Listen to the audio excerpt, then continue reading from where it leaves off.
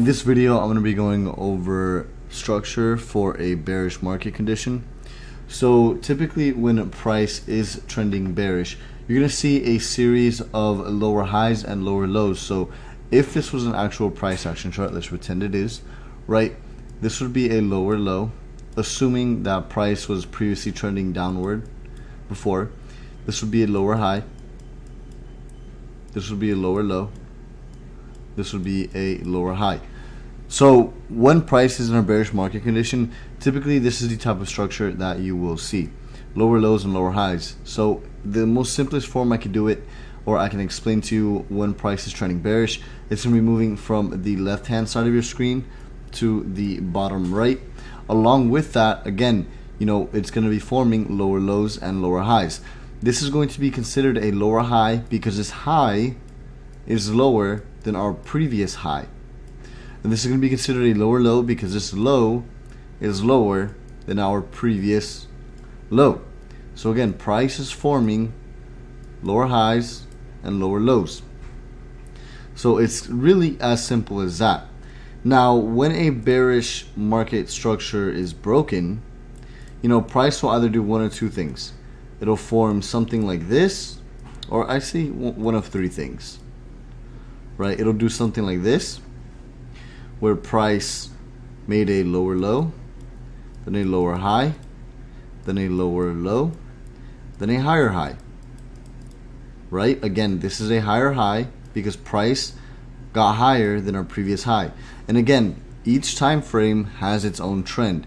So you have to be looking at the market structure for a more reliable time frame, such as the 4-hour or the daily time frame, when it comes to an actual trend reversing overall for the long term. Right? So right here would be considered the break of structure. When price breaks structure, we will no longer be looking to short because price has broken our lower low and lower high structure. Right? We're going to be looking to change our bias and go long, and looking for how we could take advantage of that opportunity to actually go long.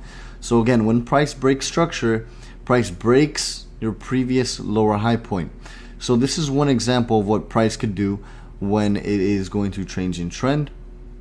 Right? And again, just like in the last video we went over, you have a 3-leg extension. This confirms the bullish trend. Right?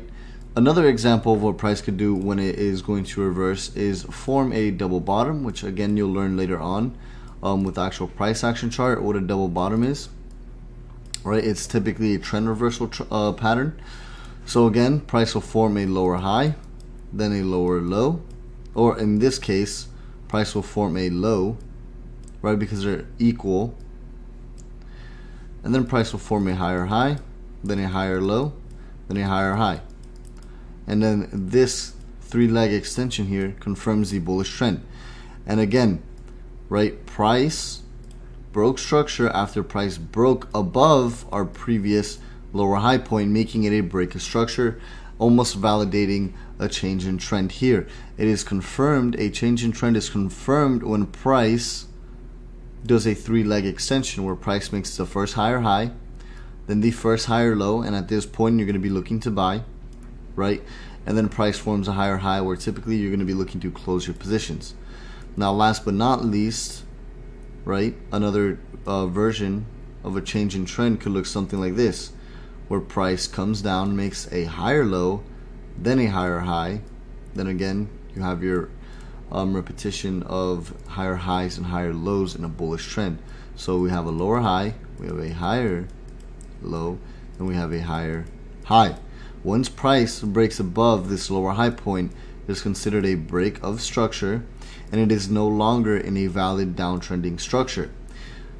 Again, it becomes a little bit more simple once you start applying this and learning this and looking at the actual chart and practicing your lower highs and lower lows.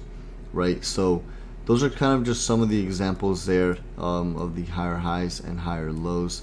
Right? So typically, when we're going to be looking to actually trade a trending market, we're going to be looking to sell at each lower high. Right? Lower high. We're going to be looking to sell at each lower high. right? We can use this with confluence. I just wanted to go over the basic structure as of right now so you don't get too confused or anything.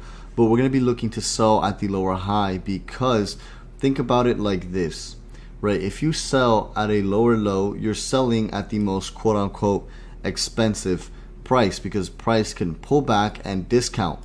The bigger the discount is, the less risk you'll have, because again, for the trade to be valid, price cannot break above the previous lower high. So if you position your stop losses up here, right, you have a lot of less room for error compared to when you sell at a lower low, where your room for error is absolutely huge, right?